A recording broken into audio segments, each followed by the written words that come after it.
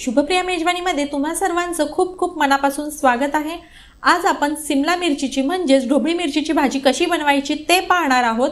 तर इथे मी कढईमध्ये 1 चमचा तेल घेतलेला आहे आणि तेल आपलं तापलं की ह्याच्यामध्ये घालायचं आहे अर्धा चमचा मोहरी व अर्धा चमचा इतकं जिरं आणि हे जिरं मोहरी व्यवस्थित तडतडलं की ह्यातच आपण कांदा घालणार आहोत।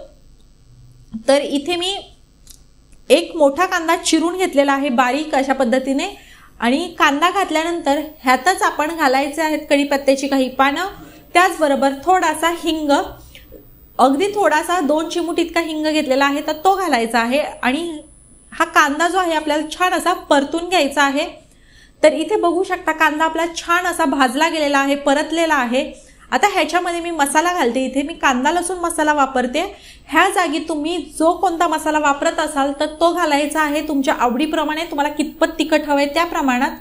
आणि त्यातच आपण घातलेली आहे पाव चमचा इतकी हळद आणि ह्यात आता आपण बारीक चिरलेली सिमला मिरची घालणार आहोत। तर इथे मी पाव किलो इतकी सिमला मिरची घेतलेली आहे तर ती चिरून घातलेली आहे आणि ही व्यवस्थित मिक्स करून ह्यातच आता आपण घालणार आहोत चवीप्रमाणे मीठ। आणि मीठ घातल्यावर सुद्धा आपल्याला हे छान असं एकदा मिक्स करून घ्यायचं आहे। तर इथे छान मिक्स करून घेतलेला आहे आणि त्याच्यावर आता आपण झाकण ठेवून छान अशी ही मिरची शिजवून देणार आहोत। तर ह्याच्यासाठी आपण झाकण जे ठेवलं आहे त्याच्यावर आपण थोडंसं पाणी घालणार आहोत जेणेकरून आपली मिरची ही छान शिजली जाईल। आता हे वरचं पाणी तापलेलं आहे आणि बघू शकता साधारणपणे 4-5 मिनिटं झालेली आहेत। आता ही मिरची जी आहे ती आपण भाजी जी आहे ती जरा व्यवस्थित मिक्स करून घेऊ एकदा आणि अजून ही व्यवस्थित शिजलेली नाहीये त्यामुळे एकदा मिक्स करून आपण पुन्हा ह्याच्यावर झाकण ठेवून 4-5 मिनिटं पुन्हा एकदा वाफ काढून घ्यायची आहे। तर इथे पुन्हा आपण 4 ते 5 मिनिटाची वाफ काढलेली आहे आणि इथे बघू शकता आपली छान अशी ही भाजी तयार झालेली आहे।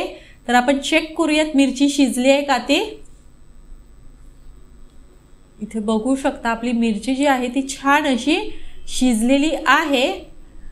तर आपली ही भाजी व्यवस्थित झालेली आहे। आता सर्वात शेवटी आपण ह्याच्यामध्ये थोडंसं शेंगदाण्याचं कूट घालणार आहोत।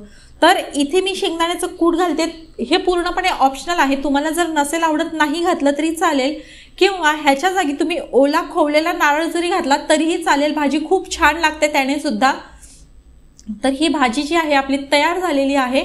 आता आपण काढून घेऊयात। तर इथे बघू शकता आपली ही सिमला मिरचीची भाजी झटपट अशी बनवून तयार आहे।